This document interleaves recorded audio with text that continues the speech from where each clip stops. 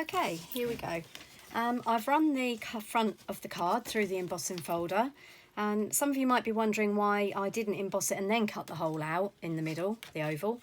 But the reason for that is because I would have flattened out the embossing folder. So if you want to cut an aperture in the front of your card that you would also like to have embossed, make sure that you cut the aperture first and then run it through to emboss it, or you'll flatten out all of the embossing as you go through. One thing you could do if you want is have it debossed, or you can have it embossed, entirely your choice. Okay, so while I was doing that through the big shot, I've also assembled some of our daisies, as you can see. In true Valerie Singleton manner, here are some that I put together while we were off air.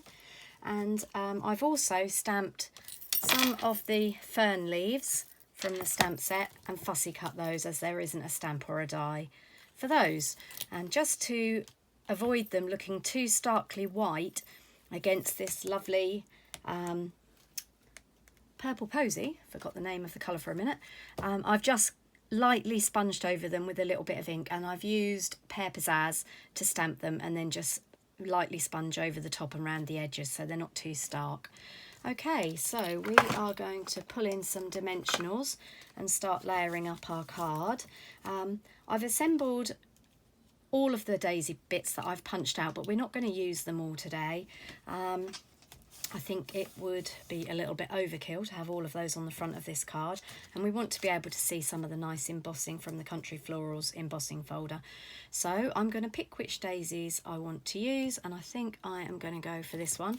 You'll also notice I've just added a centre to my daisy using the 1/2 inch circle punch and a little scrap of Daffodil Delight. And I'm just going to turn that over and pop a dimensional on the back.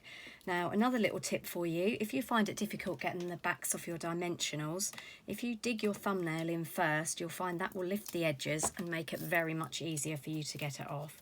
Okay, so let's put this card together. So obviously make sure your dimensionals don't stick over the edge of your aperture that you've cut, otherwise you are going to not be able to open your card. And believe me, it wouldn't be the first time that I've done that. Okay, so these were the daisies that we folded and then cut in half, and you can see that I've glued them together and then just popped a middle onto those as well, and that way we can angle those to fit over our aperture. I think that one's going to go down there, and then I've done the same thing with one of the smaller ones, and obviously you could use mini dimensionals on these if you wanted to. Just going to pop that one up there, and then we've got our leaves that we cut out, and I think that would be fine on its own without the leaves, but I do like a little bit of foliage on my cards, so I'm just going to pop a dimensional onto the back of each of those, give it a little push, which makes it so much easier to get the backs off. And if you're anything like me, you'll be finding the backs off your dimensionals all over the floor, in your clothes, generally all over the place. And I'm just going to tuck that leaf in there. Obviously we want to be able to put this into an envelope, so we don't want to go too far over the edge of the card if we can avoid it. And then I'm just going to decide where to pop this one, and I think that is going to go there. Okie dokie. So that's the front of our card done. Now I've held it down with my finger in the corner so you can see where I was going, but what I should have done was opened it up like that, which makes it way easier because it doesn't keep bouncing back on you. Okay, so that's the front of our card. You can use a bone folder to shape the petals, and I might actually do that once I've finished. But first of all, we're just going to decorate the inside of the card, because obviously don't forget we'll be able to see it through the aperture that we've die cut earlier. And to do that, I've just grabbed the stem of the daisy and a couple of greetings, and I am going to use Pear Pizzazz to stamp the stem so it matches our foliage on the outside of the card. And I think I'm going to pop that daisy there like that, and then I'm going to use the small daisy and some of the Rococo Rose. So let's do that again, where we press lift and flip. And I'm going to pop that, a little bit of guesswork, but I'm going to pop that on the top there. Oh, we almost made it, not quite.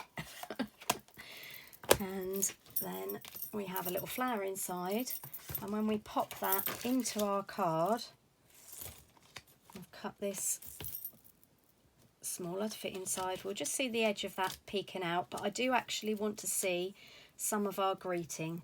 So I've mounted up "The best moments in my life happen with you," and the best way to ensure that you get that straight without fiddling about on your block is to lay it on your grid paper, line it up with the lines, and then pop your block on top, and that will make it way easier to line it up. And I am going to stamp my greeting in a little bit of Highland Heather. So I'll just remove that again from the card. And I think if we go there, it doesn't look terribly level, but it's difficult to tell when I am doing this on camera. And then we're also going to pop in the word friend. All of these are from the same stamp set.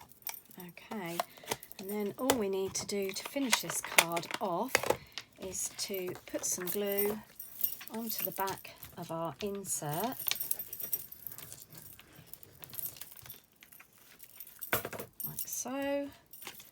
Open up our card so it's laying nice and flat, and then mount that inside, leaving an equal distance all the way around the edge. And there we have it, the finished card. I hope you've enjoyed this video, even though it's in parts and it's shaky in some places where I've now worked out that I need to not have the camera stand on my desk when I'm stamping. Please look away so you don't feel seasick at those moments. And I'll be back soon with another video. Thanks for watching, and I'll see you soon.